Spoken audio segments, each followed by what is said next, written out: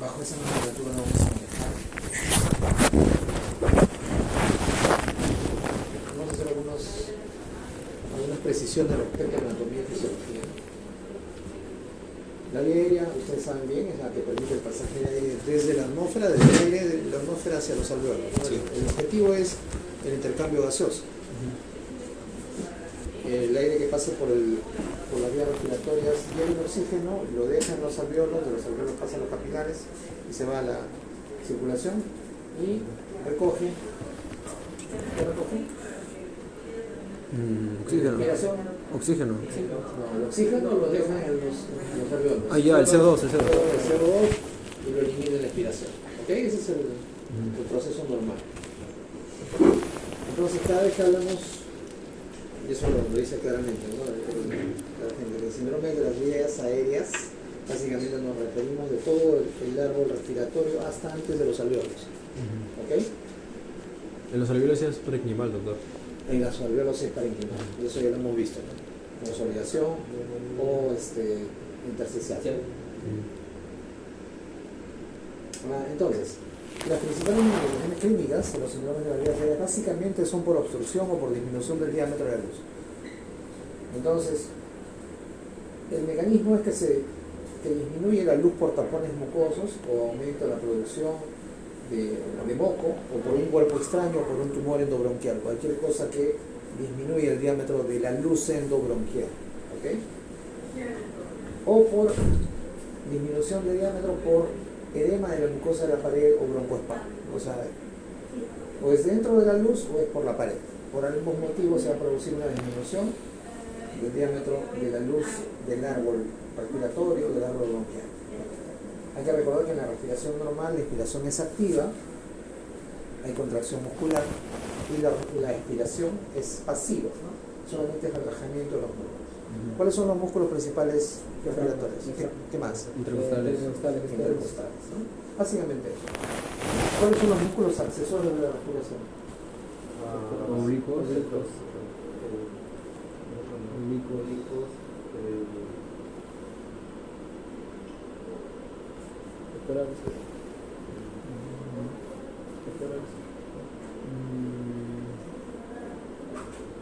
Cuando yo, ¿qué cosa estoy utilizando?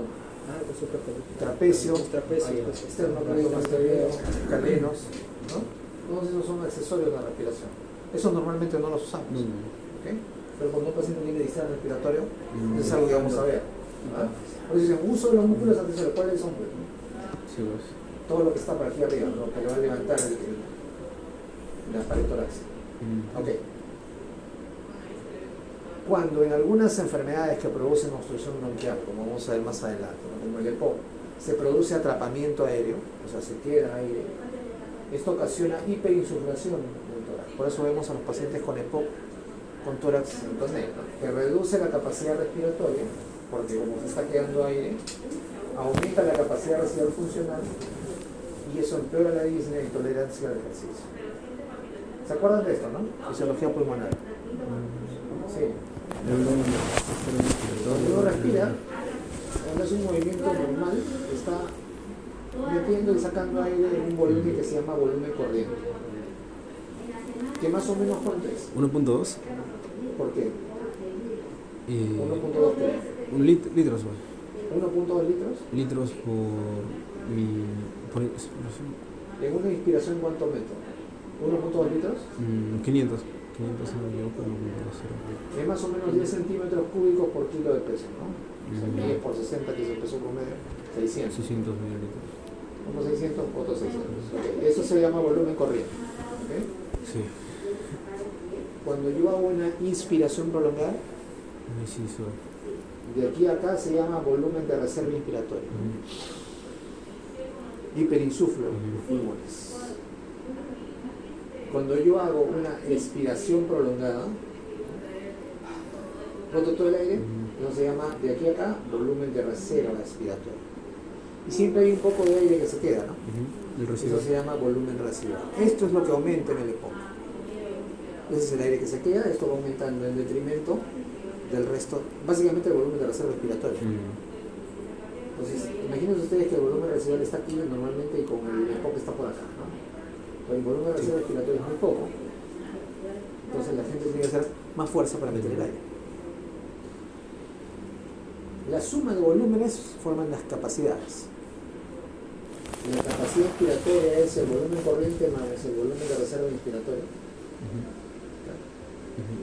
La capacidad residual funcional es el volumen de reserva expiratoria más el volumen residual. Ahí está. Este más y menos no sirven, ¿no? Son del diseño. Y la capacidad vital es todo menos el volumen residual.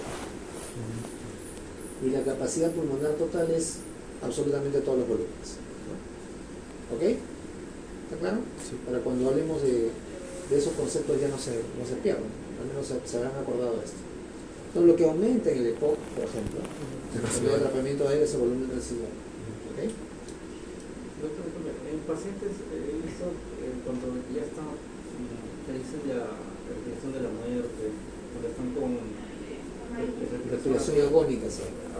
Ya, eso sería algo así, no recuerdo muy bien, no sé si esa parte del volumen de reserva se ve alterado en esos pacientes, ¿no? Bueno, que depende de la causa, ¿no? La respiración agónica es prácticamente el preludio de la muerte, es cuando el paciente ya hace una respiración muy superficial, ¿no?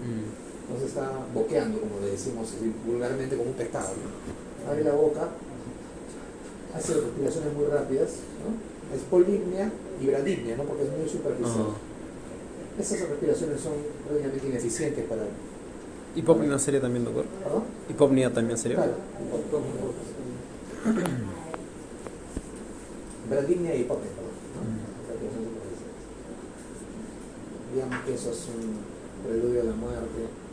El patrón respiratorio no es que siempre va a ser así. Algunos van a hacer respiraciones muy prolongadas, van a expirar y luego poco a poco va a ir disminuyendo hasta que finalmente hacen parada respiratoria. No siempre lo mismo. Tendría que haber muchos pacientes morir para que ustedes se den cuenta de eso. Yo he visto muchos pacientes morir por mi especialidad, ¿no? Entonces les puedo decir que de los dos, así que no es que eso sea esa es la respiración, no es así. Ok, entonces ya hemos dicho que los síndromes de las vías aéreas están básicamente determinados por la limitación del flujo aéreo, o porque hay una obstrucción dentro de la luz, o porque la pared se dematiza o se constriñe por los músculos, ¿no? Acuérdense que la pared de las vías aéreas tiene músculo, ¿no? Hay una capa muscular. Sí. Y esa capa muscular, que tiene músculo liso, se contrae. Eso hace que finalmente el diámetro del bronquio o bronquiola disminuya. La disminución del diámetro bronquial puede ser localizada, por ejemplo, cuando hay un cuerpo extraño en un bronquio tronco o en un bronquio principal, o por un tumor localizado. Eso es más o menos evidente, ¿no? O sea, que no necesita mucha explicación. Y difusa cuando sea una enfermedad sistémica, ¿no? Bronquitis aguda, bronquitis crónica, asma o EPOC, va a ser un compromiso difuso del diámetro de las vías aéreas. La afectación puede ser producida por enfermedades respiratorias, que es lo más frecuente, o por enfermedades de otros sistemas que comprometen los bronquios. El mejor ejemplo, ¿cuál es? ¿Lupus? Que comprometen los bronquios, que comprometen el aparato respiratorio, comprometen la función respiratoria. ¿Embolia pulmonar? Esa es una enfermedad respiratoria. ¿Alguna enfermedad? Enfermedades de otros sistemas que comprometen la parte respiratoria. ¿Alguna neurológica? Bueno, pero en realidad aquí lo que vamos a tener no son alteraciones del diámetro bronquial, sino son alteraciones de la mecánica respiratoria. Es otra cosa. Entonces sería una cardiovascular. ¿Cuál? Insuficiencia cardíaca. Iba a decir fallo, pero ya. Falla cardíaca. ¿Verdad, doctor? ¿Por qué le decía fallo en insuficiencia?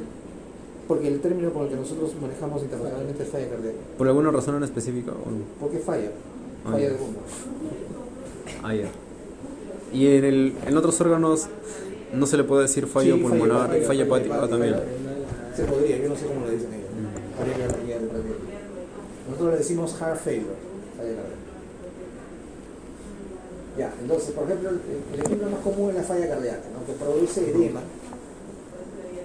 edema intersticial y produce aumento de el pasaje de la sangre de los capilares dentro del bronquio hacia la luz del donde finalmente esto puede caer en el alveolo. Entonces tenemos crepitantes parenquimales y tenemos disminución de la luz y sibilantes también por el compromiso intersticial. Por eso es que dice, por ejemplo, que el compromiso de la falla cardíaca es de tipo obstructivo porque se llena la luz bronquial y de tipo restrictivo porque también se llena el intersticio y también cae agua dentro de los alveolos. ¿Okay? Más detalle veremos con el próximo capítulo, pero más o menos es eso. O sea, en el edema pulmonar, en la falla cardíaca crónica y o crónica agudamente descompensada y o falla aguda, existen ambos componentes. Finalmente, una enfermedad de otros aparatos, una enfermedad cardiovascular, afecta el diámetro de la alveolo y produce obstrucción, signos clínicos de obstrucción. Lo más importante probablemente para nuestra disquisición diagnóstica es que puede ser una obstrucción alta de las vías aéreas o una obstrucción baja de las vías aéreas. ¿Okay? La obstrucción alta es más o menos sencilla de verificar y ahorita vamos a ver algunas características que checamos.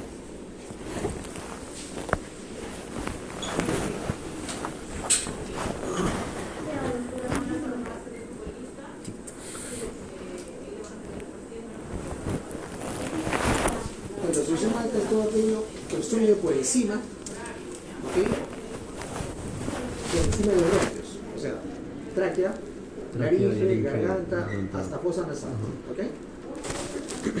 Por procesos malignos o malignos, bueno, eso no es una calificación muy adecuada. Lo que sí es importante saber es que cuando la obstrucción de las vías aéreas es alta, lo que se compromete básicamente es la inspiración.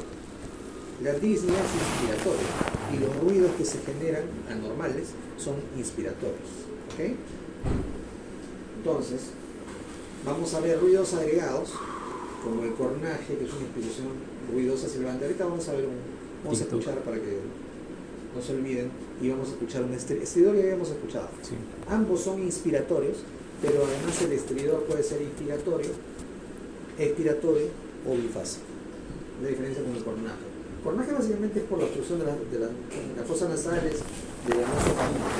El estridor es más por la obstrucción o la inflamación de la laringe o la tráquea. El ejemplo típico es una congestión nasal en un lactante para el cornaje y un croup o una laringotraqueitis para el estridor. Vamos a escuchar.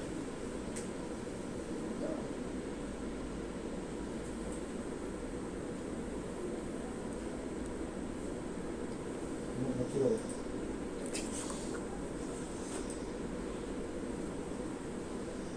No se escucha nada. No sé, acá vamos a escuchar. No, gracias. No tienen parlantes. O sea, tiene unos parlantes pero microscópicos. Vamos a escuchar la cámara.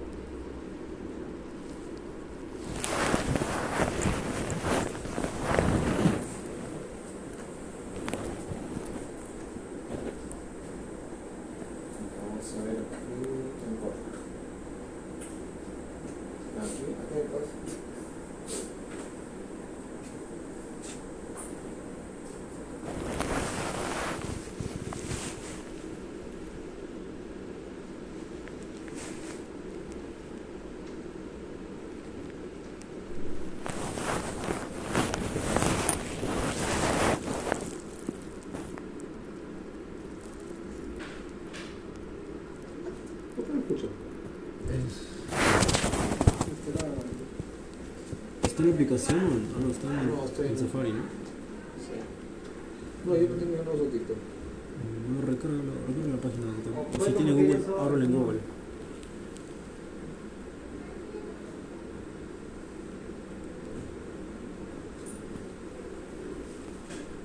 Aracho.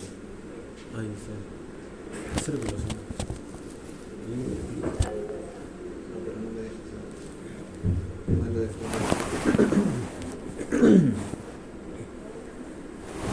¿Puedo recargarlo? Sí. Debería sonar porque también suena cuando es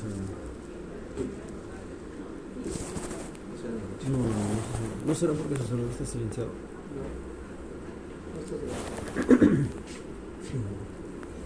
Tiene Google Doctor sino para copiar el link y pegarlo Sí, pero del mismo Safari lo copiamos. no, lo que pasa es que esto lo abre. Ahí no sé, ahí lo podemos copiar en Safari.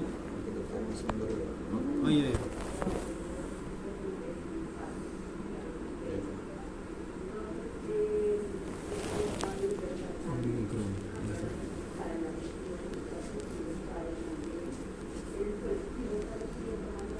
Ahí desactiva, eso quítalo. Ahí está.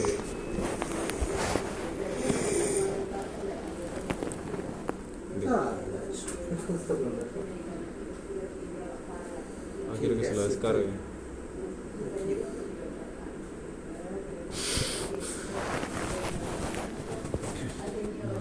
Creo que vamos por ahí.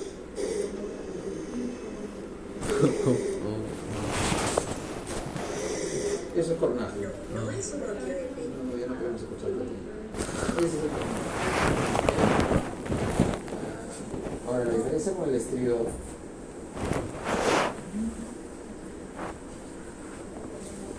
es básicamente cómo suena, ¿no? Ese miedo.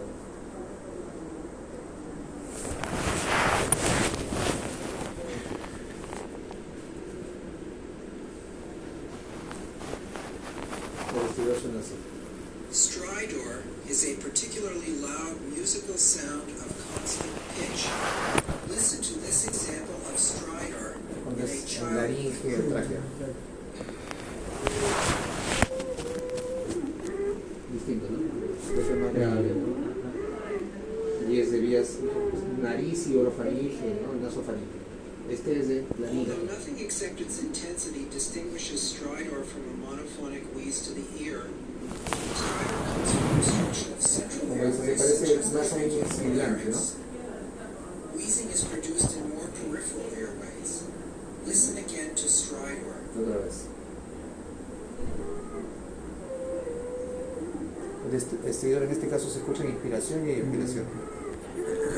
En cambio el cornaje solamente en inspiración. ¿Ok? ¿Está bien? ¿Claro? Sí.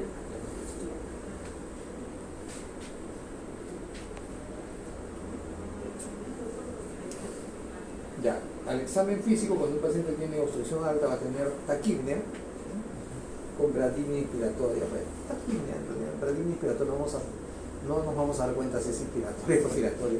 Lo más saltante va a ser el ruido, o el cornaje, o el estridor. Lo que sí va a tener en una obstrucción de la vía aérea, sobre todo superior, si es importante, va a ser tiraje. Es el uso básicamente de los intercostales y que se deprime el espacio intercostal. Depresión de la fosa supraesternal y supraclavicular, ¿no? Por uso de los músculos accesorios. Porque lo que hace el cuerpo, o lo que hace, digamos, la musculatura accesoria, es tratar de aumentar la presión para que entre aire, y aquello lo que no deja que entre el aire, ¿no? Es una obstrucción. La obstrucción va a ser física, por un agente externo, por un cuerpo extraño, o por moco en las vías aéreas superiores, o por una edema en la glotis, o por una inflamación, por una laringotraqueitis o un club, ¿no? El problema es que cuando esto es por un cuerpo extraño, esto puede ser potencialmente mortal, ¿no? O sea, fácilmente alguien se asfixia y se muere si es que no liberan la obstrucción alta cuando es un cuerpo extraño, ¿no? Ya saben, cuando tienen este tipo de emergencias tienen que hacer la maniobra de Hemlich, ¿no? Que es distinta para niños que para adultos. Sí. A niños lo tiran en Más piernas, arriba. ¿no? Más Y arriba. le golpean, digamos, niños más grandes, adolescentes, Ya, se sí, más pueden arriba. agarrar desde atrás, ¿no? Ah. Pero no tan fuerte. Al adulto sí, Desde más abajo. la dirección del movimiento es De adentro hacia de afuera hacia adentro, pero para brazo arriba. dominante, ¿no? De abajo hacia arriba, ¿no? Tratando de hacer esto. Y de adelante para atrás. Hay que abrazarlo y hacer esto. ¿Alguna vez ha tenido que hacerlo, doctor? Me parecía que tenía que hacerlo, pero finalmente no. generalmente se le y lo otro. Así, la clase dijo la carne. La gente quiere tragar la carne cuando no entiende que no se puede morir. Encima agarran pedazos grandes. Una vez casi la estaba a punto de hacerlo. Liberó la carne. Entonces ahí lo que van a ver inmediatamente es cianosis. La gente se desespera.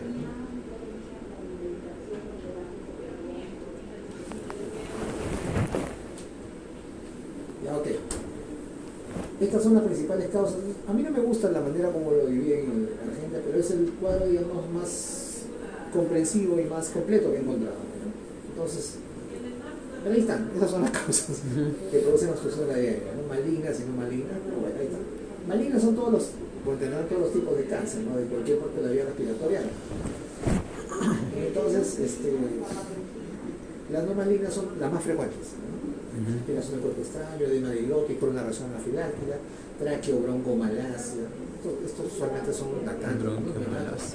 Estenosis traqueal, esto es frecuente, ¿no? Pacientes que han sido sometidos a traqueostomía, luego les sacamos o han estado con tubo mucho tiempo, se les saca el tubo y quedan con una estenosis traqueal. Tumores benignos, digamos, no malignos.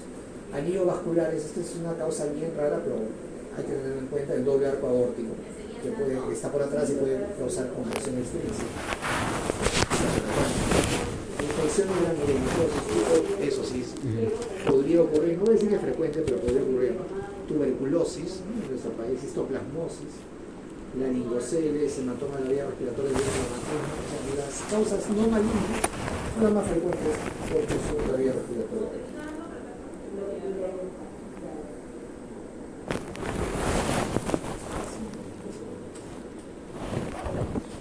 La obstrucción baja es cuando se compromete la vía respiratoria inferior de los bronquios hasta la pequeña vía aérea, hasta antes de los alveolos, ¿no? En general se les llama síndromes bronquiales, ¿no? Los síntomas son la disnea, todos va a ocurrir en todos lados, ¿no? Cada vez que haya alteración del aparato respiratorio, incluso cuando hay alteraciones gastrointestinales en los órganos que están hacia arriba, pegados al diafragma, vamos a tener tos, ¿no? ¿Se acuerdan, no? Sí, sí. El estómago, por el vago. Por el vago, exactamente. Disnea, tos, sibilancias y producción de esputos son los síntomas principales de la obstrucción de vías respiratorias bajas o síndromes bronquiales. En este caso, la limitación del flujo aéreo es expiratoria.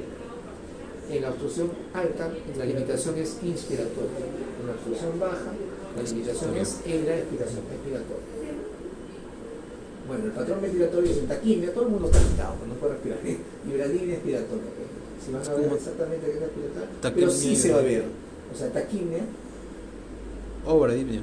¿Cómo? O bradipnia. Taquipnia o bradipnia. O ambos. ¿Cómo puede ser ambos? Desde taquimia con bradipnia. Así dice el libro. ¿Ah, sí? Sí. O sea, a lo que se refiere es que la fase expiratoria va a estar prolongada. Y en el otro caso, la fase inspiratoria está prolongada. Creo que eso es más entendible, ¿no? Sí, sí. Yo lo copié como ese libro, pero tiene razón. Es un poco confuso. Taquipnia, obviamente, porque falta aire. Y en el caso de la obstrucción alta van a tener la fase inspiratoria prolongada. Y en el caso de la obstrucción baja, la fase expiratoria prolongada. ¿Ok? ¿Ahora sí? Sí, vamos a cambiar esos parámetros. Los ruidos agregados, aquí sí se escucha de todo, ¿no? Roncantes, sibilantes y sucrepitantes. En el libro dice estertores húmedos, mucosos o de burbujas. Esos son los sucrepitantes que se escuchan en inspiración y expiración. Cuando es crepitante, esto es un ruido alveolar o intersticial. ¿No? El crepitante tipo, ¿cómo era eso? Velcro. Como frotando cabello. ¿Qué tal estaba en la clase de intersticial? ¿Estaba bien, no? Sí. Sí. No lo explicó bien porque según el PowerPoint estaba bien completa. ¿Sí? ¿Que no lo explicó bien? Sí. ¿Está bien? Bien diplomáticos son ustedes, ¿no? De mí estar trabajando. Entonces, roncantes, sibilantes y sucrepitantes son los ruidos que vamos a escuchar aquí en nuestro sonido. Al otro lado, ¿cómo son los ruidos?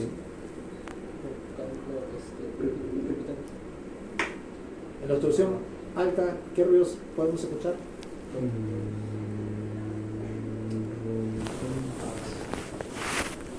¿Los sibilantes se refiere? Ustedes están peor que Dolly, ¿eh? Sí, la acabo de Acabamos de hablar hace un momento, les he hecho escuchar. Ah, ya, los estertores. Ron, El que. Los estertores. La de la niña. así va a poner el examen de la niña. ¿Cómo se llama? El ronquido que hacía. No es ronquido eso. Se llama cornaje. Cornaje, ¿Y el otro se ese llama? de ahí. El otro se llama. ¿No era. ¿Estertor? Estridor. Estridor. Cornaje y estridor. Acá en demostración baja van a encontrar roncantes, sibilantes y superpitantes. ¿Ok? Sí. Ojalá que no se olviden media hora. Este cuadro sí es importante porque aquí vemos los hallazgos en los 4 tipos de maniobras de exploración física con pacientes que tienen en general limitación del flujo aéreo, ¿no? Pero básicamente está referido a la obstrucción baja. Entonces, justamente a eso se refiere, ¿no? Taquipnea, o sea, aumento de la frecuencia respiratoria con prolongación de la expiración, ¿no? Deterioro del sensorio.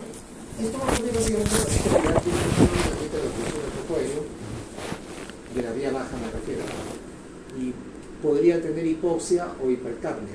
Vamos a ver que es más frecuente en un tipo de EPOC. Puede haber cianosis central por insuficiencia respiratoria, puede haber tórax en tonel por atrapamiento aéreo. El asma es un tipo de pop, ¿no, doctor? No, No. vamos a hablar luego. Puede haber utilización de músculos accesorios, sobre todo cuando ya la obstrucción bronquial de vías bajas es crónica, ¿no? Puede haber también tiraje supraesternal intercostal, pero esto ocurre cuando el paciente está descompensado, ¿no? Un EPOC descompensado, básicamente, o un paciente que viene con una crisis de asma.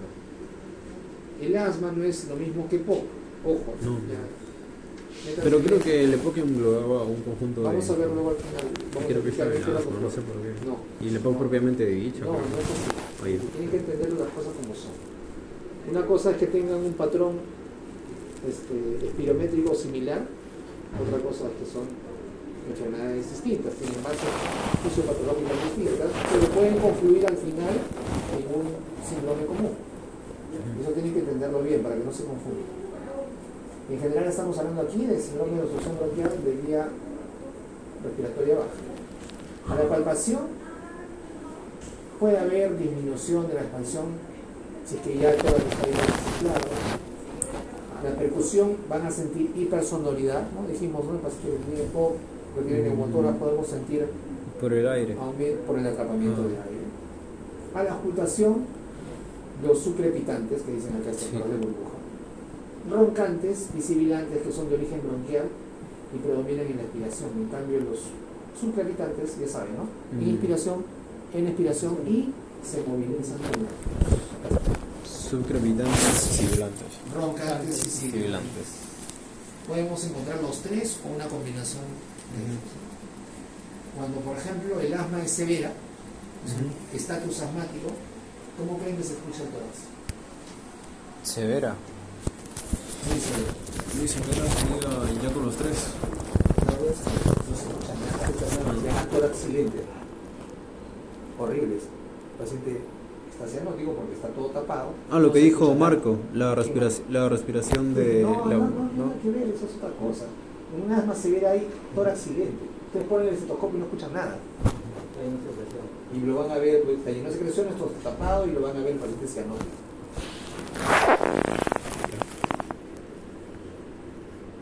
Ahora, se va a morir si ustedes no hacen nada, si lo están mirando, si le dicen, dígame a ti crees, ¿no? Ahí se va a morir, ¿no?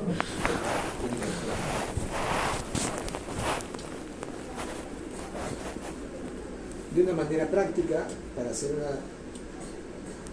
comparación entre la obstrucción respiratoria alta y baja, el patrón ventilatorio aquí es taquipnea con no se acuerdan de eso, con aumento de la fase de inspiración. ¿Ya? Obstrucción de la vía respiratoria baja, taquipnea con aumento de la expiración. Es una disnea inspiratoria en la obstrucción alta y es una disnea inspiratoria en la obstrucción baja. Acá están los ruidos, ¿no? En la obstrucción alta, cornaje y estridor. En la respiración baja, perdón, en la obstrucción de la vía respiratoria baja, roncantes, sibilantes y subcrepitantes. ¿Ok? Guapa la abuelita, ¿no? Ya. ¿Cómo nosotros podemos tener una presunción clínica de que el paciente efectivamente tiene un cuadro de síndrome obstructivo de vías respiratorias, sean altas o bajas? Entonces, esto es el JAMA Rational Clinical Examination, donde han evaluado una serie de publicaciones respecto a los síntomas y la historia clínica, o sea, la parte de anamnesis, que refiere o que pueden ser predictivos de que el paciente tiene una obstrucción al flujo aéreo, ¿ok? O sea, un síndrome de vías aéreas, independientemente de que sean inferiores o superiores. ¿Cuáles son esos síntomas? Nos olvidamos de sensibilidad y especificidad, vamos a buscar LR nada más. Sí. La historia de tabaquismo es la que tiene el más alto valor predictor de una enfermedad obstructiva. Y aquí es un punto bien alto, los más de 70 versus menos de 70 palillas. ¿No? Ustedes tienen un paciente fumador pesado, sus síntomas probablemente sean debidos a una enfermedad obstructiva de las vías respiratorias. La producción de esputo también es importante.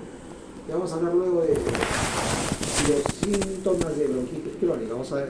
Vamos a definirlo como lo dice la literatura.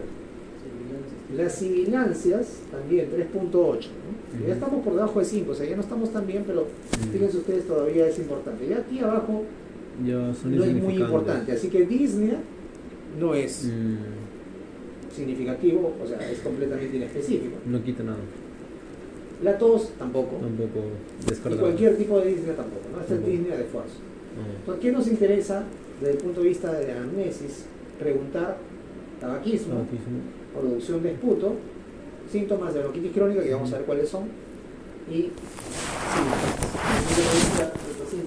Las sibilancias, dependiendo de la enfermedad, pueden ser en la noche, como en el... Ya. Ya, pero ¿en qué enfermedad es en la noche? En la noche sería en el asma. En el asma. ¿Ok?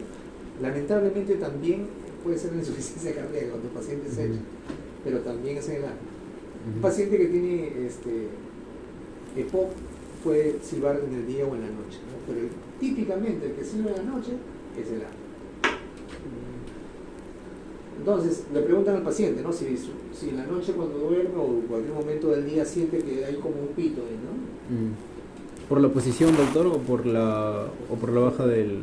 O sea, en la insuficiencia cardíaca o en la falla cardíaca es porque el paciente se echa. Por la posición, ahí sí. Y por vasos comunicantes la presión es igual, se llena, aumenta la presión en los capilares pulmonares y puede haber extravasación de líquido, puede haber sibilancias, puede haber disnea paroxística nocturna.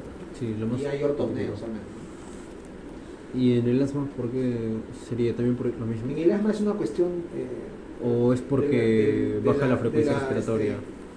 Es una cuestión del ritmo circadiano del sistema inmune. Como baja su... Exacto. O sea, por la baja de glucocorticoides. Por eso el tratamiento es corticoide. Ajá, corticoides. Claro. ¿Para qué? Para eliminar la inflamación y la producción de moco. Sí, pues la medicina tiene lógica, sí, pues, sí. No es como la brujería, ¿no? La medicina tiene lógica. Estamos aprendiendo ciencia. Mira. Por eso somos médicos. Y sabemos el porqué de las cosas. Ok. Entonces, fíjense ustedes que desde el punto de vista de la anamnesis, lo más importante son el antecedente de tabaquismo, la producción de esputo y las sibilancias. Desde el punto de vista de signos, ya cuando ustedes van a, no es el orden de exhaustero, sino cuando van a examinar al paciente, ¿qué nos interesa? También las sibilancias, miren, 36 de R positivo.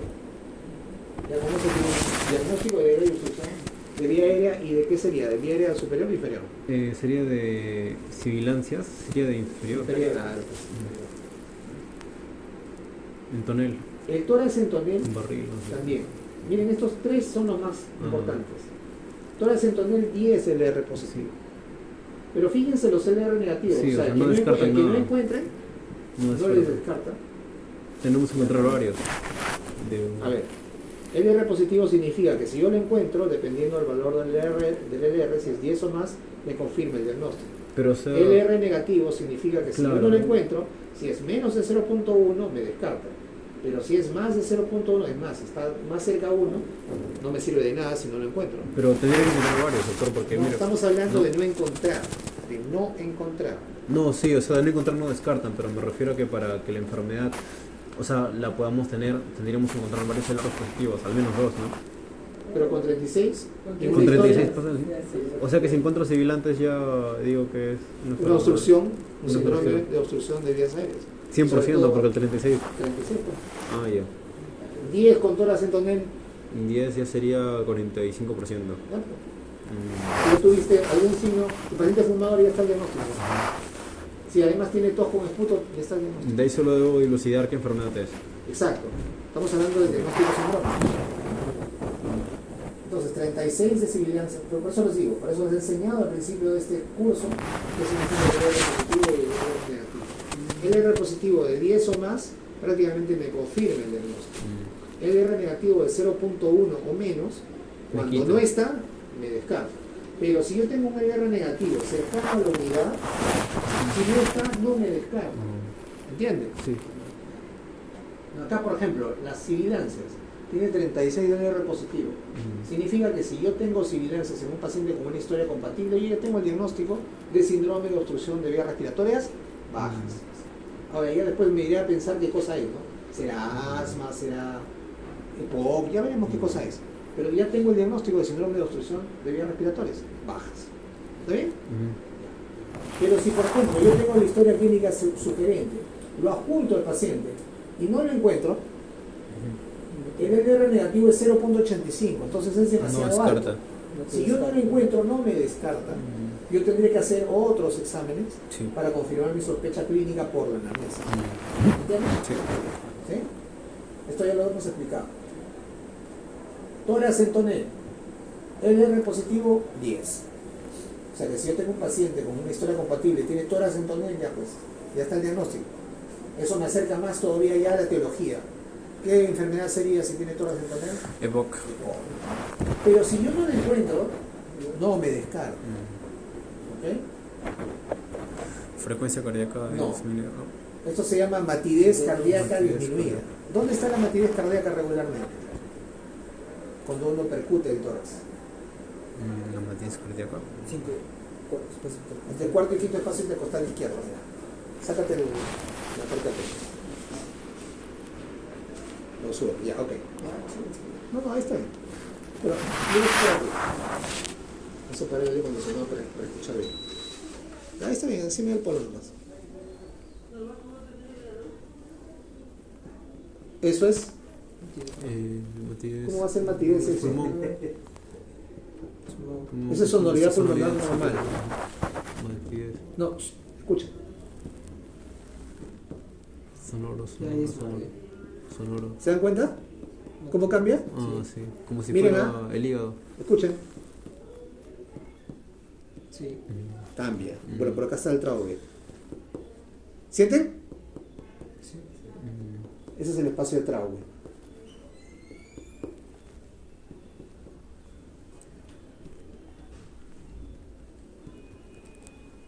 Esto es normal, sonoridad pulmonar normal. Esto es una submatidez, o sea, no es bien tapado, pero es una submatidez que es por la silueta cardíaca. Y aquí está el espacio de trago. ¿Okay? Es un paralelogramo delimitado por la línea axilar anterior. Bueno, hay una vaina ahí, hay un video que no sé si se los pasé. Sí les pasé un video, creo, ¿no? Ya, escúchenlo. Sí, ahí está el espacio de trago, que está acá. Que se escucha timpánico. Porque es la cámara gástrica que se va hacia arriba. Ajá, las vísceras huecas suenan timpánicas. ¿Okay? Entonces, esta es la submatidez del corazón, de la silueta cardíaca, ¿no? El corazón regularmente está así. Entonces, si se pierde, eso se refiere con disminución de la matidez cardíaca. Tiene Sería 10 por LR el exceso positivo. de aire atrapado. Eso pasa porque, como en el EPOC hay atrapamiento de aire, Ajá. se horizontalizan las costillas y el corazón cambia de eje y se va para acá. Y eso tiene relación con otro signo que vamos a ver aquí. ¿Ya? ¿Está claro? Sí. Vamos a ponerlo aquí.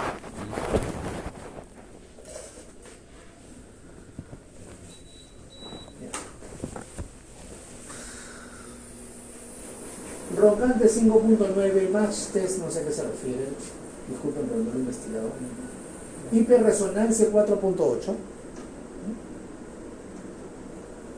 El tiempo expiratorio forzado, que es una medida, digamos, grosera ¿Qué espíritu se puede? del aumento o no de la expiración.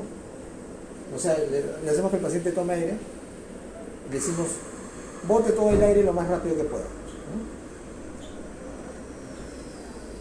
Más de 9 segundos o menos de 6 segundos. Si es más de 9 segundos, tiene 4.8, o sea, bien forzada, bien aumentada la expiración. Y es menos de 6 segundos, 0.45. O sea, acá no sirve si tiene la expiración prolongada. El impulso cardíaco subsifoideo. ¿Qué significa eso? Que normalmente, no es necesario. Normalmente el impulso cardíaco se va a palpar alrededor de la tetilla, ¿no? Que es la línea media clavicular con el quinto espacio intercostal. Lo que les decía hace un momento, cuando un paciente tiene EPOC, el tórax se insufla, ambos semitórax, y lo que van a hacer es desplazar el corazón en esta posición. Entonces yo, cuando palpe al paciente, no le voy a palpar aquí el impulso cardíaco, sino le voy a palpar por acá. Subsifoideo. La telectasia también sería lo mismo. No, ok. En la telectasia segmentaria o grande de este lado que jala, sí, puede ser. No, puede ser. Pero digamos que este signo en el EPOC tiene un LR positivo de 4.6. Ahora, ¿es frecuente? No es muy frecuente en realidad, pero si yo estoy examinando al paciente con EPOC, veo que acá no está la punta, el latido de punta, si no está por acá, eso me suma al diagnóstico probable, ¿no? Bueno, otros más que ya no tienen ruidos respiratorios disminuidos, etc., ¿no? Esto es para, en general, características o signos del examen físico que pueden predecir que el paciente tiene una enfermedad obstructiva de las vías aéreas. ¿Okay? En general, ¿no? Ahora vamos a ver un poco de cada una de las enfermedades para que entiendan por qué es distinto asma de EPOC y por qué no pertenece el asma de EPOC, pero sí puede terminar un asma de EPOC. El asma es una enfermedad crónica caracterizada por la inflamación de la vía aérea, ¿no? O sea, cuando yo estaba en la universidad, en el año 90, en la Facultad de Medicina de San Marcos, ya sabíamos un poco qué era inflamación, pero nos seguían enseñando desde el punto de vista de la broncoconstricción, ¿no? Entonces, con el tiempo, cuando fuimos avanzando en la carrera, poco a poco se hizo más fuerte la idea de que el principal evento era la inflamación, y efectivamente el principal evento es la inflamación. Es una muestra de que los conceptos van cambiando y nosotros vamos perfeccionando la medicina desde el punto de vista científico. Sí. Si nos quedamos con lo que aprendemos en la universidad, estamos muertos. Lamentablemente muchos médicos se quedan con lo que aprenden en la universidad, están repasando su clase grabada cuando quieren tratar a los pacientes, no se pasa. Por eso esto lo tienen que aprender ustedes ahora, porque cuando avance el tiempo se van a dar cuenta que muchos conceptos van cambiando. Entonces, si no aprendieron bien ahora, en el futuro tienen que cambiar de paradigma, se les va a ser más complicado. Se van a preferir, no, leo mi clase, la diapositiva que puso el doctor Chipana. Parece entonces habrá cambiado muchas cosas, el doctor Chipana estará muerto y no van a tratar a sus pacientes como tienen que tratarlos. La obstrucción bronquial se produce por varios fenómenos. Primero por la broncoconstricción aguda del músculo liso.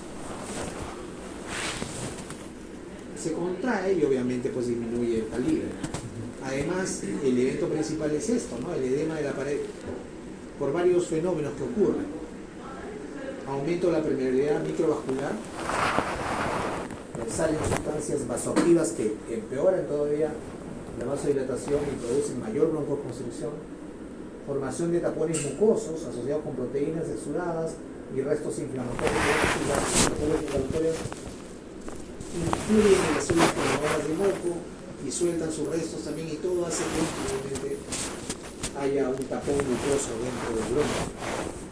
En ocasiones puede haber también remodelación de la pared bronquial, básicamente porque las células inflamatorias secretan colágeno, pueden, con el tiempo, si la inflamación crónica no se maneja, por eso que los corticoides inhalados son el tratamiento para el asma crónica, para mantener el proceso inflamatorio lo más dormido posible.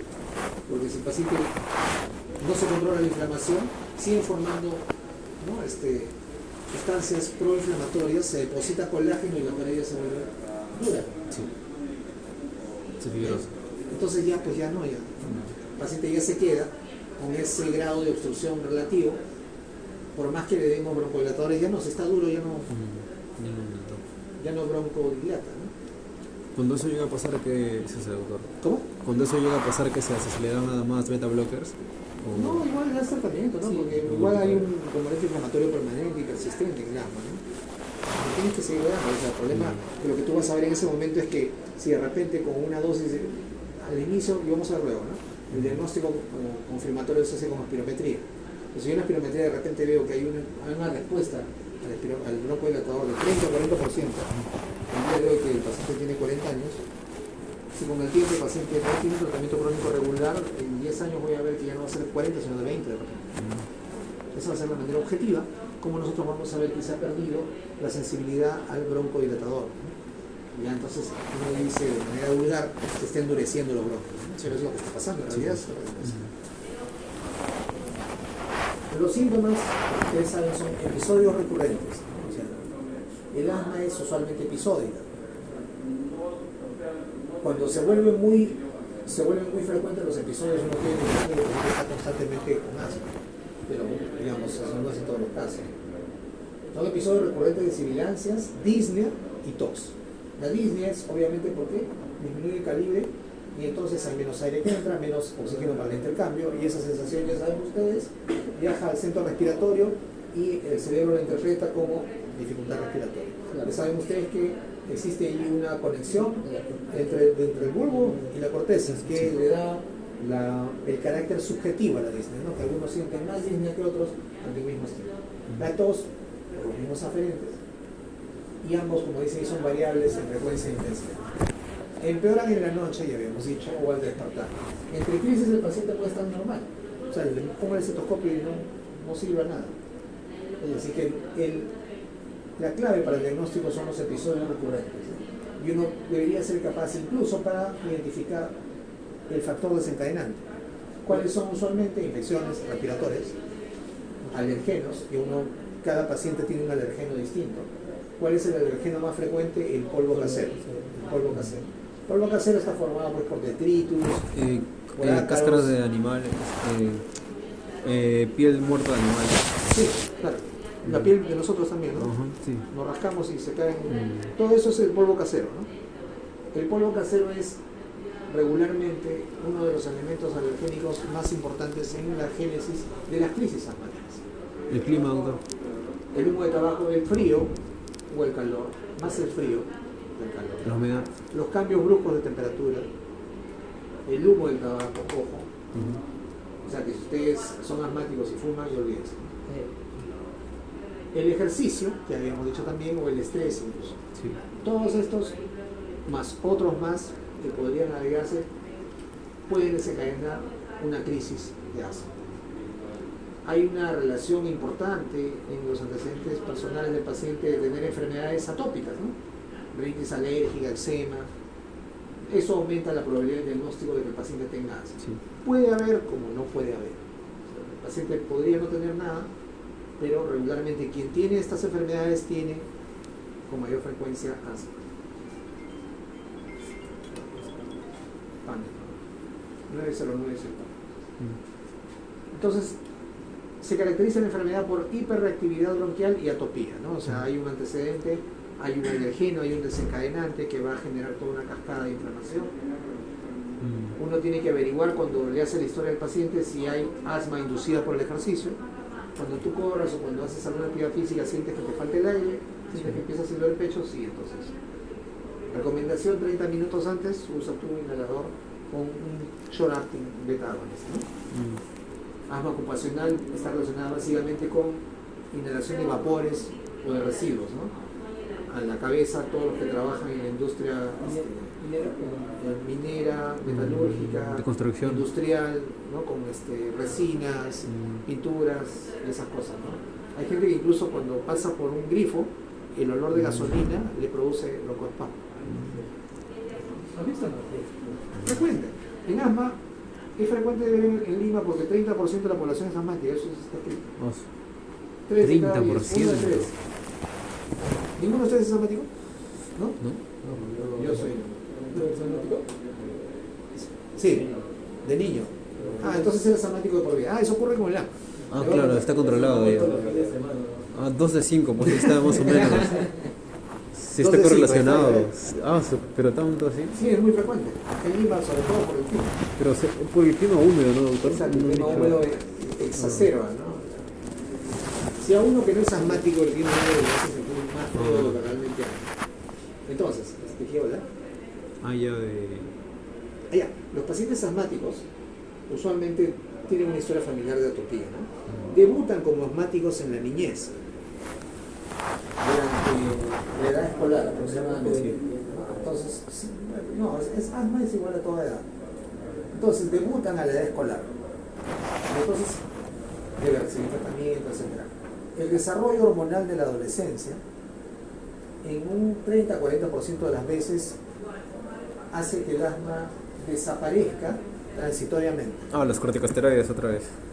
Dos hormonas masculinas, que en este caso tienen la misma raíz del Sí, corticoide, derivados de ¿no? esteroides. Ajá. Entonces, las hormonas masculinas, Mire.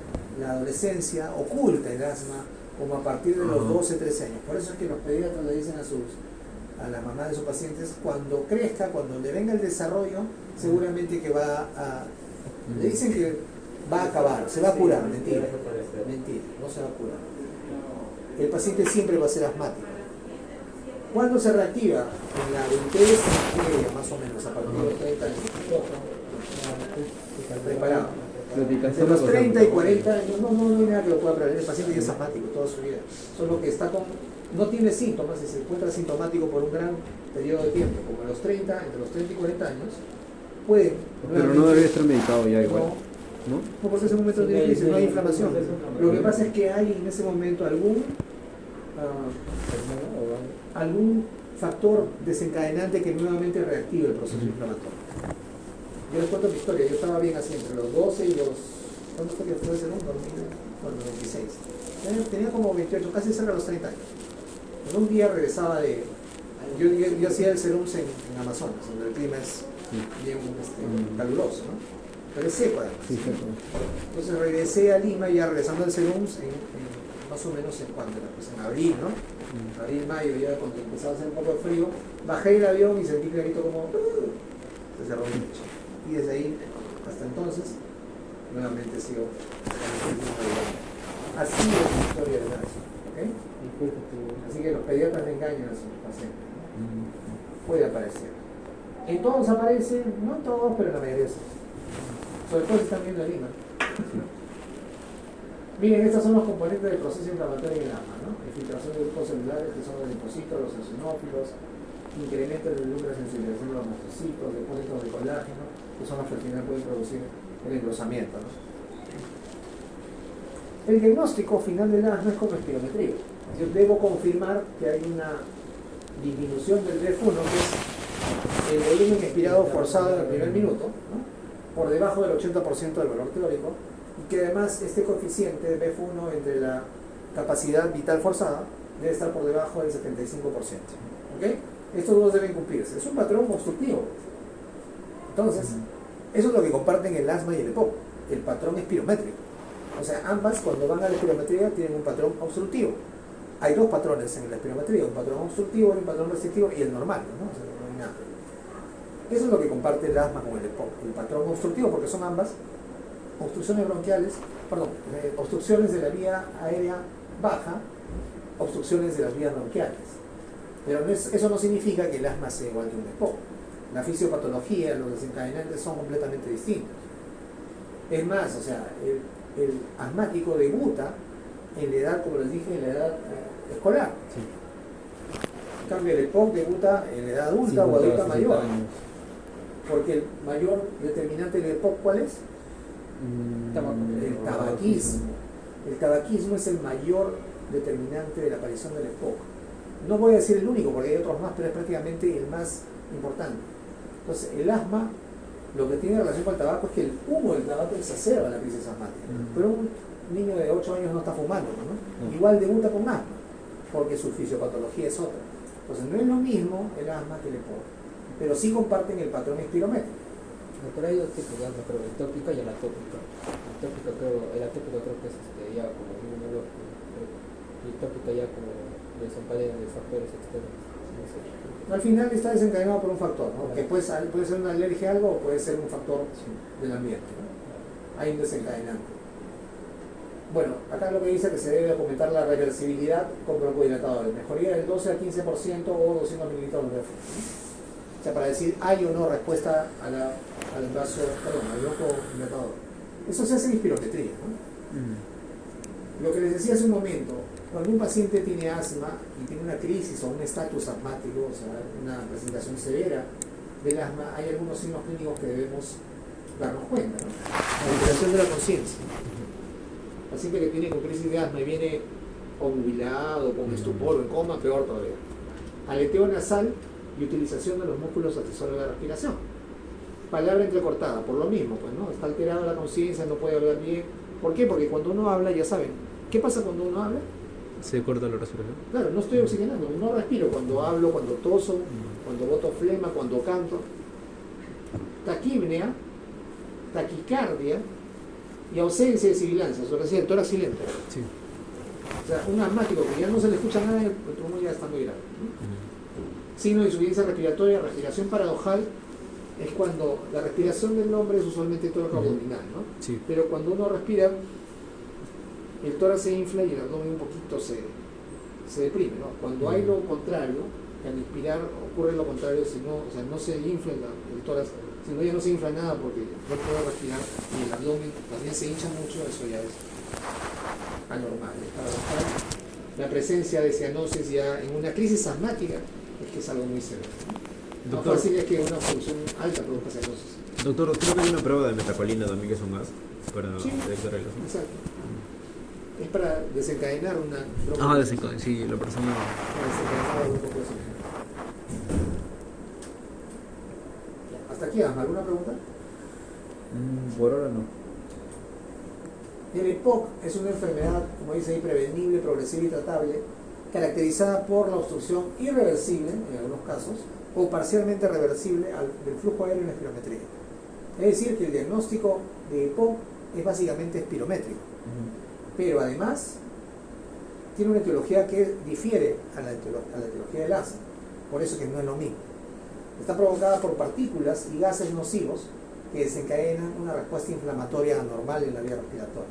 El factor más determinante, como ya les dije, es el tabaquismo. Los síntomas son disnea, tos y producción crónica.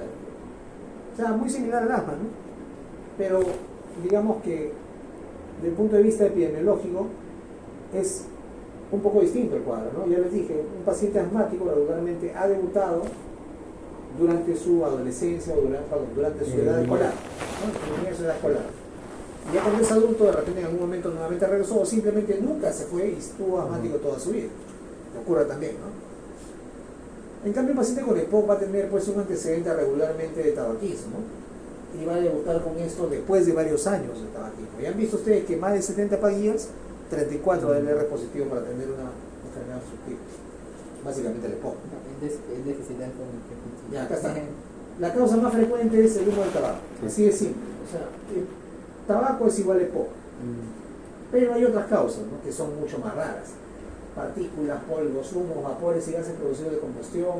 Esto sí no es bien frecuente, pero se ve sobre todo en poblaciones de la sierra donde cocinan con leña, Puerta cerrada. ¿no? Cocinan con leña todavía en sus casitas de adobe, ¿no? Y están ahí encerradas cocinando con leña. Esas personas, esas mujeres usualmente tienen EPOC. Es como si ¿Ok? se fumaron todo el tronco. Exacto, están fumando todo el tronco, como dicen. No es una ratita, con todo. No, acá mi asistencia un poquito. No sé qué se me pasa, el otro día se me pasó. Había fármacos creo que actúan contra el EPOC. El mismo tratamiento creo. O los SUMAP.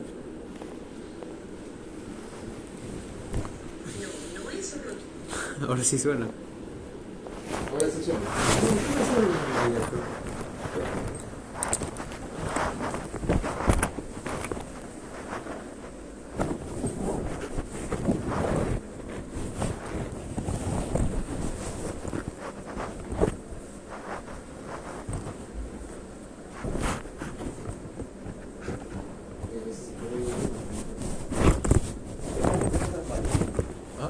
¿Qué pasó con las mañanas? ¿Pasar por acá? No, no sé. ¿Las Malvinas. Pregúntale primero si saben quién es. Ah, las Malvinas. La unidad. Ah, sí, pues. Esa galería. Donde ven mi cosa. Ajá. Accesorios. Cosas de segunda mano.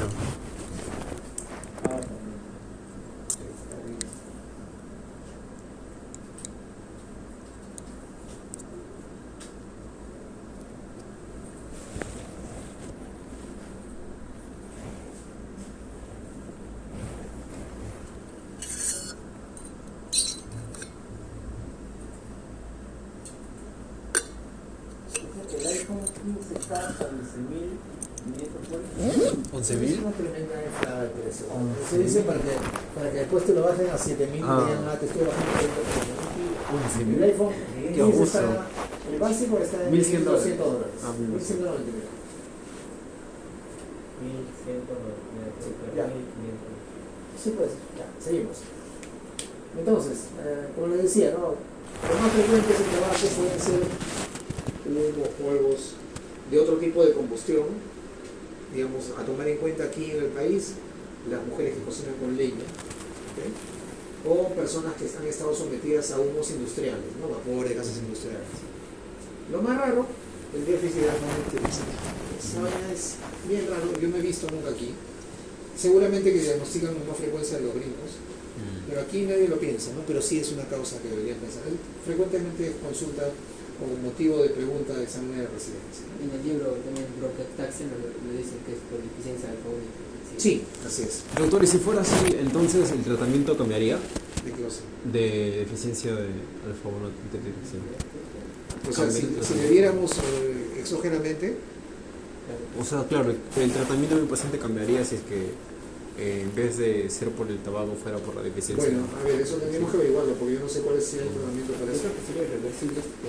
Me parece que es irreversible. Claro, o sea, no afecta mucho porque al final el tratamiento es el mismo, ¿no? Cuando podamos manipular el ADN, aunque los chinos ya lo han hecho, aunque lo nieguen, cuando podamos manipular el ADN podremos borrar estas cosas, ¿no? Un médico creo que lo hizo y le quitaron todos sus hilos.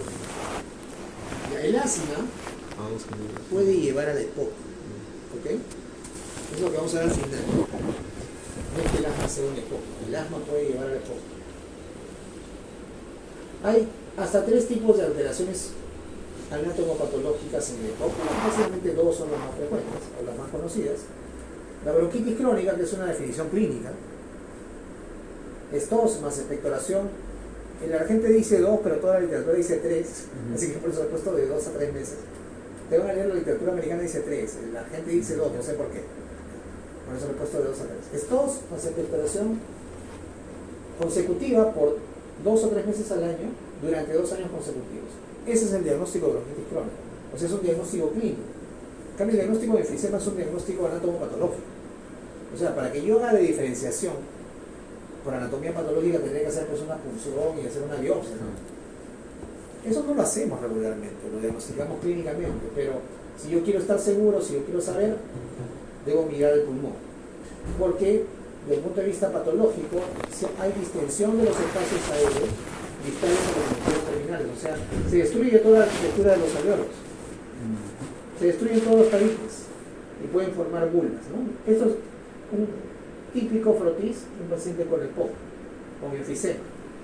Aquí vemos, en este frotis superior, vemos todavía que se conserva un poco de arquitectura alveolar, pero también hay zonas donde está completamente destruida, pero esto sí es un grado mayor, ¿no? Esto es enfisema pulmonar, que es un diagnóstico por anatomía patológica. ¿Ok? Cuando un paciente tiene EPOC, tiene ambos tipos de alteraciones. Tiene la alteración clínica y tiene la alteración anatomopatológica. Tiene de enfisema y tiene de bronquitis crónica, pero hay uno de ellos que predomina. Y dependiendo cuál de ellos predomina, va a tener el cuadro clínico. ¿Ok? ¿Cuánto predomina? No sabemos, pues tendríamos que biopsiarlo, pero no lo hacemos en todo el mundo. Pero cada uno tiene características clínicas distintas, como vamos a ver ahora. O sea, la bronquitis crónica tiene diferencias con el paciente con enfisema, como vamos a ver en un momento. Pero a ambos se les dice EPOC. Asma no es EPOC. ¿Ok? ¿Qué cosa es EPOC? Bronquitis crónica, enfisema pulmonar. Un paciente tiene regularmente componentes de ambas enfermedades, pero hay uno que predomina y por eso su cuadro clínico se parece a ese. Doctor, en el asma no habría destrucción de las vías aéreas. No hay. Obstrucción. Hay obstrucción. Esa sería una diferencia, por ejemplo. Claro, pero cuando, por ejemplo, un paciente asmático no tiene un tratamiento regular. Ahí sí ya puedo Entonces, ver. en el futuro, como han visto ustedes, no va a haber endurecimiento de la capa muscular, va a haber engrosamiento de la pared. Entonces, en algún momento puede haber cambios anatomopatológicos que tengan el mismo patrón que el EPOC. Doctor, En ese cuando- momento es cuando el paciente asmático ya empieza a tener signos y síntomas de EPOC, empieza a haber atrapamiento de aire, etc. Doctor, cuando me hablan alteración de la arquitectura pulmonar, Es esto. se refieren a A esto, destrucción. mire, esto es lo normal, Ajá. más o menos normal, ya esto es la destrucción completa de todos los tabiques. Eso sería más en EPOC. Eso es en enfisema, que es un tipo clínico de EPOC. ¿Ok? En la bronquitis crónica no. La bronquitis crónica No tiene suele muchos haber. componentes de eso. Por El eso enfisema repito, más que todo. por eso repito. Depende En de un la paciente con enfermedad. EPOC debe tener, es posible y es altamente probable que tenga ambos componentes. Ujú. Pero hay uno que predomina. Sí. Y dependiendo de cuál de ellos predomina va a ser el cuadro clínico de presentación. ¿Ok? Sí. Ya.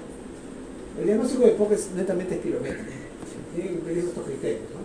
Leve, moderado, severo, muy severo, estadio 1, 2, 3, 4 según GOLD, que es el estándar internacional. Y el estadio 1, el paciente tiene tos, producción de esputo, pueden o no tener, y en general el paciente no tiene síntomas o no tiene noción de enfermedad. Hasta el estadio 4, que la calidad está muy comprometida. El paciente con oxígeno, no puede caminar, no puede hacer cosas. ¿Ok? Ujú. Entonces, no vamos a hablar en detalle de eso porque eso no lo vemos en este curso. Pero lo que deben tener en cuenta ustedes es que el diagnóstico o la clasificación o los estadios de EPOC siempre se hacen Por espirometría. por espirometría. Igual el asma, ¿no, doctor? Bueno, en parte. El diagnóstico básicamente clínico yo lo confirmo con la espirometría. Ah, ya. Como si fuera mi El examen. EPOC y el asma tienen en común que tienen un patrón espirométrico de tipo Patrón espirométrico del tipo disminuido. ¿cuántos patrones espirométricos anormales hay en la espirometría? Los normales. Anormales. Anormales. Cuando se retiene No, mucho. dame el nombre. Cuatro, No. Están durmiendo ustedes, no hacen caso a lo que les digo. ¿Cuáles son los patrones espirométricos anormales en la espirometría? el axis con 5%. No. Obstructivo Obstructivo. y restrictivo. Restrictivo. ¿Qué comparten el asma y el EPOC? Obstructivo. El patrón espirométrico obstructivo. ¿Ok? Sí. Esto está, ahí está, miren. El patrón del asma es el patrón de los 5 grados.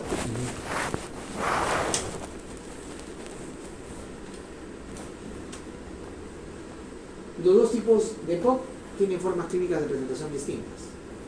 Los pacientes que tienen predominantemente bronquitis crónica, que hasta este dibujo no puede ser mejor. Es el mejor que he encontrado, efectivamente es el mejor. Le dicen blue blotter, ¿no? El abotargado azul. Ahí está. Presenta cianosis, ahí por eso lo ven azul. Hipoxemia con hipercapnia, eso obviamente para saber eso yo tengo que hacerle un análisis de gases arteriales. La disnea es tardía, el cuadro clínico predominante es tos con expectoración. Ya hemos dicho que tiene que ser tos con expectoración entre 2 a 3 meses por 2 años consecutivos. Tiene roncantes y sibilantes a la ocultación. Tiene poliglobulia como respuesta a la hipoxemia crónica. Su antecedente de tabaquismo es claro, ¿no? Claro.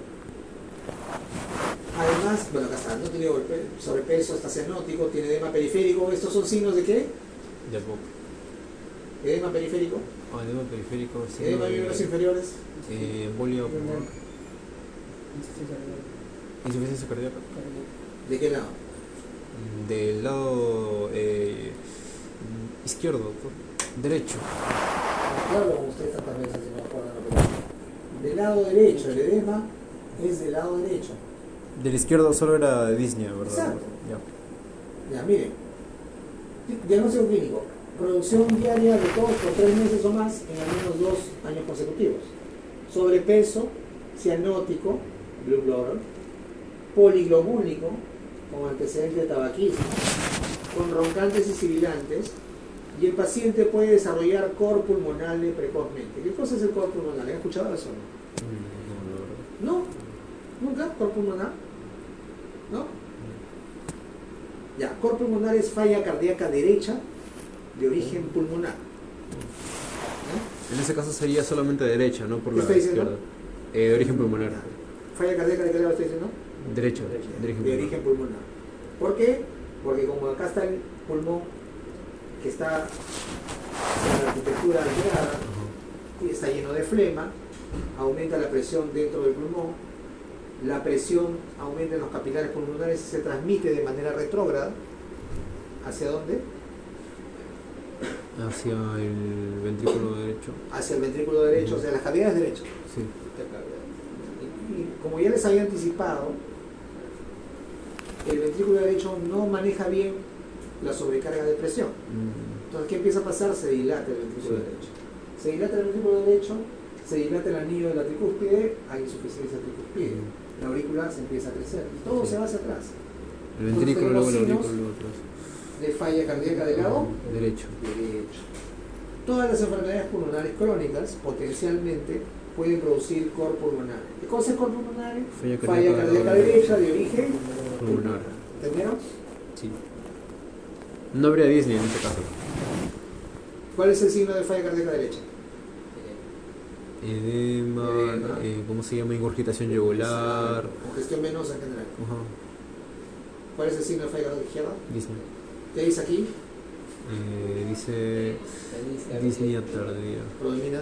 Tos expectoración. O sea, se habría, pero no por la falla cardíaca. ¿Está claro? Sí. ¿Sí? Este es el paciente con bronquitis crónica. El paciente con enfisema es lo que llaman el pink puffer. Es el respirador rosado. La hipoxemia es leve, no hay hipercapnia.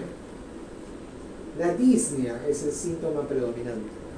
¿Ok? La tos y expectoración usualmente Siempre están están ausentes, pero podría haber.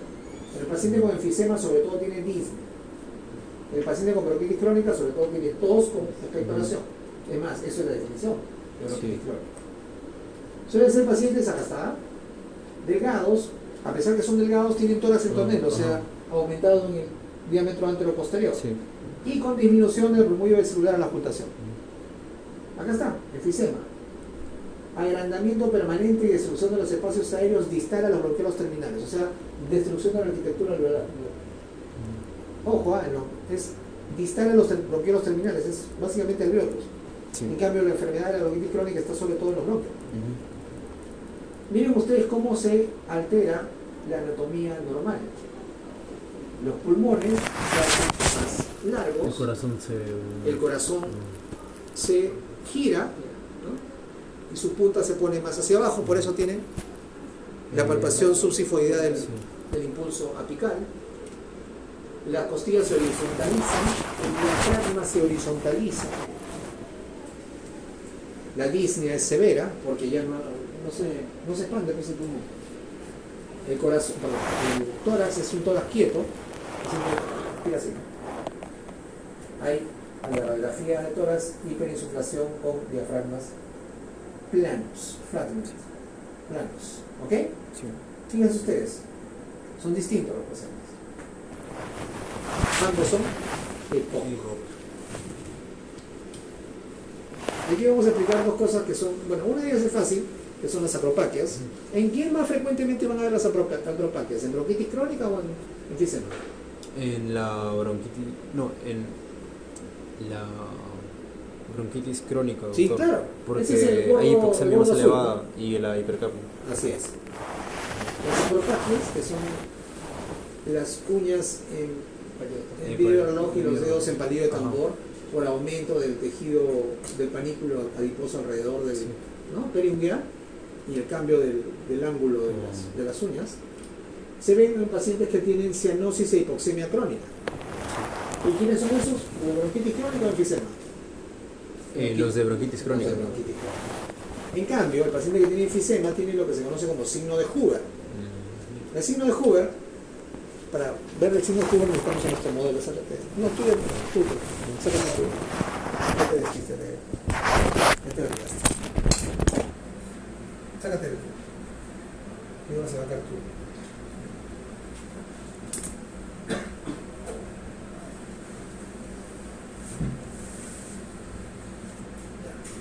Te voy a pedir levantar un poco tu. Vamos a calentar un poco. Ya. Deja tus manos a un costado. No, que no te tapes. Posición anatómica. Posición anatómica. Ya, listo. Toma aire profundo. Ya. Bota aire. Entonces, mira para acá. Lo que ustedes van a ver normalmente es que cuando él toma aire, y yo coloco en esta posición mis manos para ver la expansión, bota. En la inspiración, todavía no, repito. En la inspiración lo que va a ocurrir es que el tórax se va a ensanchar, ¿sí? Porque el diafragma baja, se llena de aire por presión negativa del tórax y esta parte de la base del tórax se ensancha y mis manos se van a separar. Ojo, toma aire profundo, ¿sí? Toma aire profundo, ¿se dan cuenta? Ya, yo siento que mis manos se separan. Ya, bota. Eso es lo normal. Y ahora sí, vístete. En el paciente que tiene enfisema, por eso se ve el paciente con enfisema, ya tiene el tórax en tonel, está bastante hiperinsuflado, el diafragma no está convexo como normalmente lo está, sino está plano, entonces su movilidad es bastante limitada. Cuando yo le digo al paciente que inspire, va a ser básicamente a expensas de los músculos accesorios, porque ya el tórax está hiperinsuflado. Y lo que yo voy a ver no es que mis manos se separan, sino que la parte inferior de la base de los emitóras más bien se junta. Porque el paciente está haciendo uso de la musculatura respiratoria accesoria. Y mis manos no se separan, sino que quedan juntadas. Vamos a verlo en un video.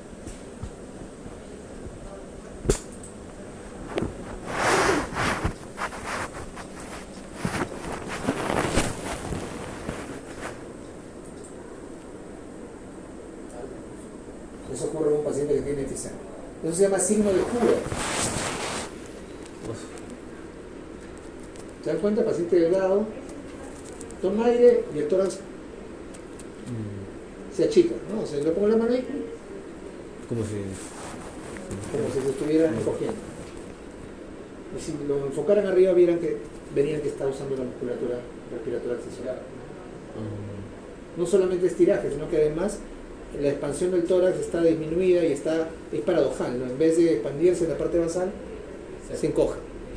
¿Por qué? Porque el diafragma ya está plano, ya no se mueve. Más bien se mueven aquí los músculos y jalan todo acá para tratar de meter más aire y el efecto es de que el tórax se chica abajo, ¿no? En la parte de abajo. ¿Ok? sí.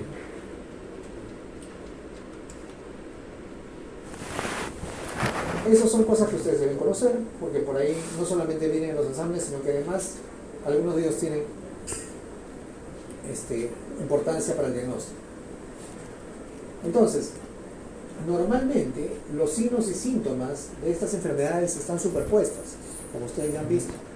Pero el asma no es un EPOC, por eso está en línea intermitente. Sí. EPOC son la bronquitis crónica y el enfisema. Ambos, si bien es cierto, tienen cuadros clínicos distintos. Hemos visto que el fenotipo del paciente, todo es completamente distinto. Sin embargo, comparten la obstrucción de vías aéreas, ¿no?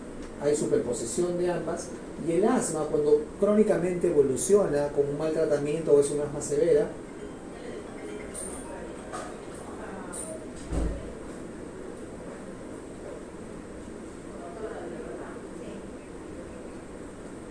¿quién habla?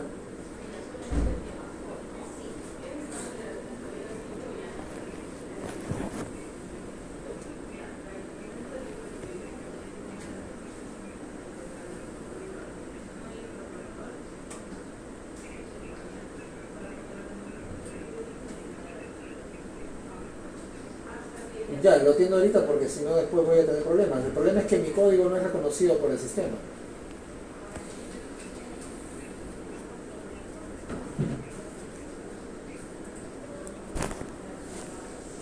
Sí, dígame qué es lo que tengo que hacer.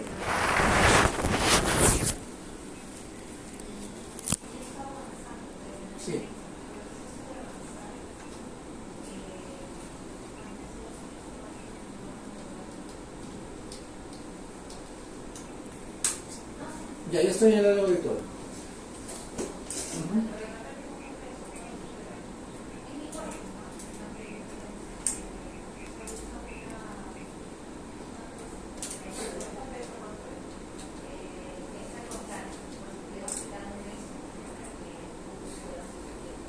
Ok, la contraseña.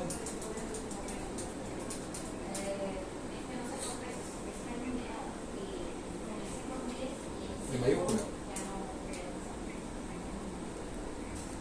Sí.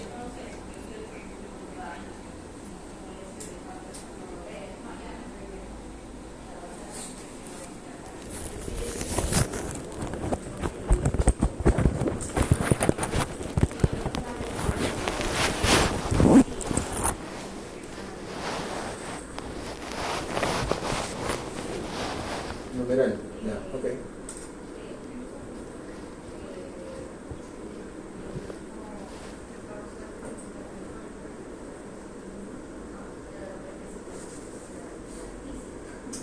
Ya logré ingresar.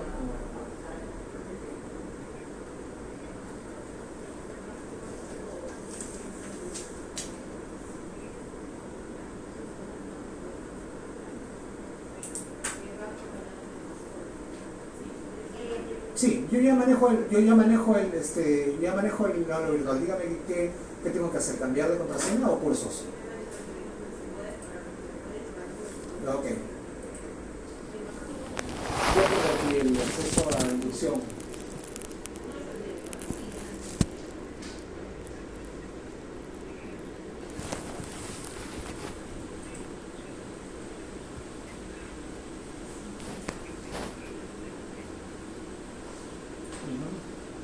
Ya, ok, sí, acá la tengo. Bienvenida, guía del estudiante, horario, reglamento, biblioteca, cursos obligatorios, foro y grupos.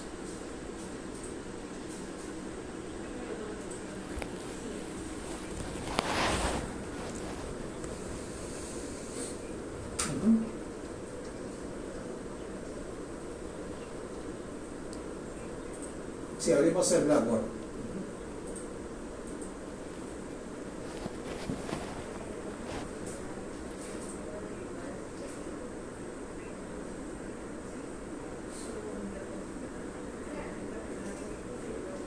Ya, ok.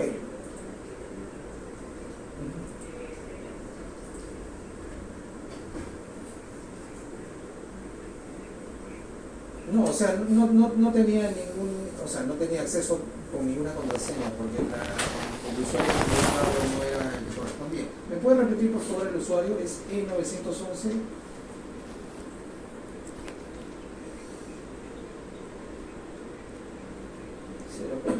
Y bueno, la contraseña la voy a cambiar después, pero la que me ha dado en este momento es la U mayúscula, PC 1, 2, 3, 4, 5, 6 y el numeral, ¿verdad? Ok.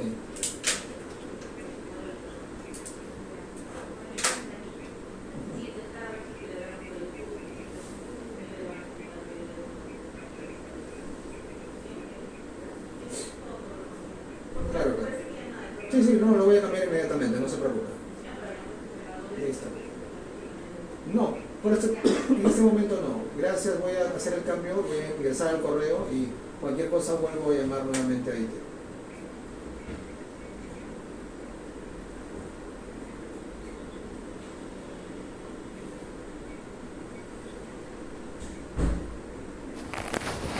No hay problema. Ya, ok. Ya, listo.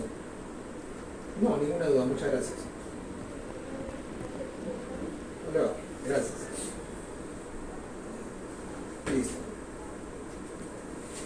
Ya, entonces, le decía, hay una superposición evidente de cuadro clínico, hay una superposición porque todos estos tienen un patrón obstructivo en la espirometría, pero una cosa es el EPOC y otra cosa es el asma. Pero el asma, la forma crónica persistente, puede evolucionar a la obstrucción irreversible, o sea, ya tener componentes de EPOC y se transforma en un paciente con EPOC. ¿Ok? ¿Entendieron bien cómo funciona eso? ¿Sí? En EPOC, en EPOC, hay algunos signos y síntomas que debemos tener en cuenta. Fíjense ustedes, los LRs Ninguno de ellos de por sí es tan importante para hacer el diagnóstico, ¿no? Pero hay algunos que sí son importantes. Miren ustedes. Este es muy importante, que es la ausencia de la matidez cardíaca. ¿Se acuerdan que hablamos de eso? 11.8 del R positivo. Y esto es válido básicamente para el enfisema, ¿no? Donde hay una alteración de la anatomía del tórax. Otro fuerte, importante, esto lo vamos a ver después. La hiperresonancia del tórax, 7.3, también importante para el enfisema. Otro importante, el impulso cardíaco no en el quinto espacio intercostal con línea media clavicular, sino subsifoideo. O sea, se palpa justo por debajo de la sifoides. Eso es ocasionado porque los pulmones, ya vieron, se alargan y el corazón se tira hacia abajo. El signo de Hoover que les mostré hace un momento, 4.2, o sea, por sí solo no es muy importante. Ya otros signos con menos el R positivo. El R negativo, ninguno importante aquí. La disminución de los sonidos respiratorios, 3.5. Hay un score que se llama el score de los sonidos respiratorios, donde ustedes dividen al tórax en 6 puntos auscultatorios. Los dos primeros están aquí atrás, en el ápice, derecha e izquierda. Los dos segundos están en la línea media clavicular, para ver el lóbulo medio, acá, derecho e izquierdo. Y los dos últimos están aquí, en las bases de los pulmones adelante. Perdón, estoy equivocado. Los dos primeros están aquí adelante, acá en medio, y los dos atrás. ¿Okay? Así de esta manera. ¿Ya? 2, 4, gira, 6. ¿Ok? Ya. Cada uno de ellos se le da un puntaje del 0 al 4. 0 es que no escuchan nada y 4 es que escuchan de manera intensa. 3 sería lo normal. Sí. Y con eso se hace el BSI, ¿no? El BSS, el score de sonidos respiratorios, tomando esos 6 puntos de ocultación. Cuando el score teórico mínimo es 0, y el score teórico máximo es 4. ¿cuánto? 4. Ese para cada punto, y el total ya 24. 24, muy bien. Menos de 9 tiene un 10.2 de LR positivo, que nos orienta al diagnóstico de POC. Sí. Más de 16 me descarta ese POC, 0.1 del LR. El perfecto del... Sí, el perfecto del LR negativo, claro. O sea, más de 16 de score de sonidos respiratorios me descarta que tenga el POC. Los subcrepitantes, que sobre todo se escuchan al principio de la inspiración, tienen 14.6 de LR positivo. Y esto básicamente es para bronquitis crónica, ¿no? Sí. Bueno, otras pruebas como el tiempo expiratorio forzado, más de 9 segundos, 4.1 del LR positivo. Si es menos de 3 segundos, 0.2, ¿no? O sea, casi lo descarto. Aquí, hallazgos combinados en un score simple, más de 70 PAC por año, antecedente de EPOC en general, sí, y sonidos respiratorios disminuidos. Si tiene 2 de estos 3, tiene 25.7 del R positivo. Si no tiene 2 de 3, es 0.3. Así que fíjense ustedes, siempre el antecedente de tabaquismo es muy importante para poder prever la posibilidad de que el paciente tenga una enfermedad obstructiva, y en este caso básicamente EPOC, ¿no? Bueno, ya tiene diagnóstico de EPOC y tiene los sonidos disminuidos, claramente el paciente tiene EPOC. ¿Okay? Un resumen con los LRs, cuáles son los más importantes y cuáles son los que, en este caso el R positivo, que confirman el diagnóstico, subcrepitantes, ausencia de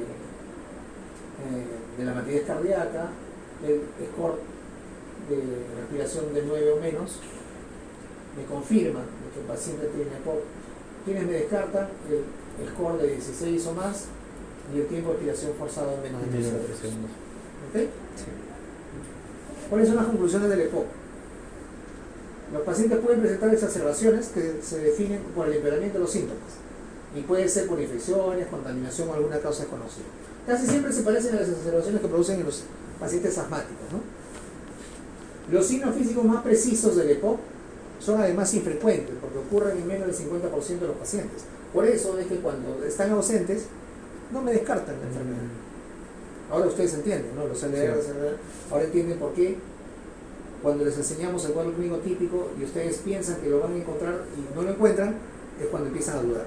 Ah, entonces no tienen. No, pues, seguían de la clínica, ¿no? Y por ahí tienen algún hallazgo, ya fácilmente pueden decir que el paciente tiene EPOC. Lo confirma con su pirometría. Y es más, podrían decir clínicamente si el paciente tiene bronquitis crónica o tiene enfisema. En pacientes con disnea crónica, los hallazgos que incrementan la probabilidad de EPOC son crepitantes respiratorios tempranos, o sea, subcrepitantes, ¿no? Score de signo respiratorio disminuido, impulso cardíaco subsifoideo, hiperresonancia del tórax, uso de músculos accesorios, la respiración con labios fruncidos, que es esto que está acá. El paciente toma aire y lo bota bien despacito. Esa es la respiración con labios fruncidos. O sea, eso me aumenta la probabilidad si lo tengo sumado a todas estas cosas, pero por sí solo,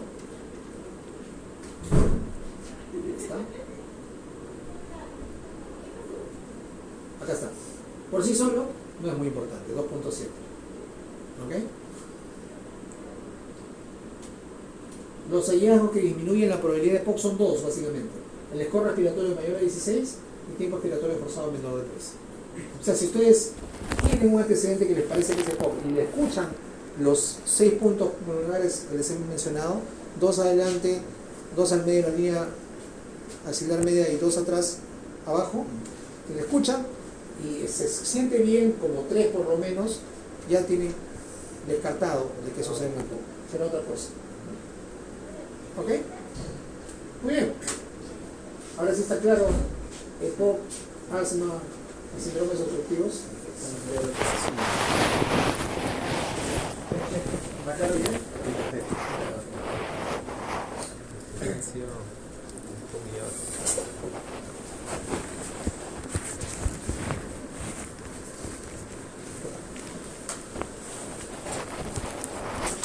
¿Y en la clase que los compañeros?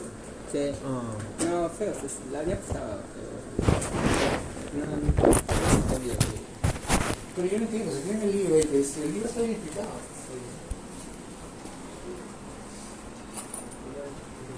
Incluso solo con el libro, sin hablar de los LDR, se entiende. Pero algún profesor en teoría que sabe los LDR de las pruebas. No, sensibilidad y especificidad habla. Y eso que Flores nada más. Y eso que, no, sí. Flores nada más habla de eso. Algunos de ustedes deben preguntarle, ¿y cómo usamos la sensibilidad y especificidad para poder confirmar o descartar el diagnóstico? Ah, no sé si te explican, pero te dicen que la sensibilidad es la posibilidad de que la enfermedad, o sea, de que sea... Esa es la No. teoría. A la práctica es, tú eres mi paciente, yo te tomo una prueba y sale positiva. ¿Tienes la enfermedad o no? Debería. Eso es lo que tiene que responder un médico. Eso es lo que la gente pregunta. Le hicimos la prueba y sale positiva. Ah, entonces estoy enfermo. No, tengo que esperar otra prueba. No puede ser que sí, ¿no? Eso es lo que tenemos que responder. Eso es lo que tenemos que decir como médicos. Porque si yo digo, confirmo el diagnóstico, doy el tratamiento. Y si no lo confirmo, tengo que pensar en otra cosa. Entonces el diagnóstico tiene que ser confirmado o descartado. Se puede confirmar o se puede descartar con esta prueba. Si no necesito otra prueba más, o vamos a pedirle 20 pruebas para que recién yo diga sí.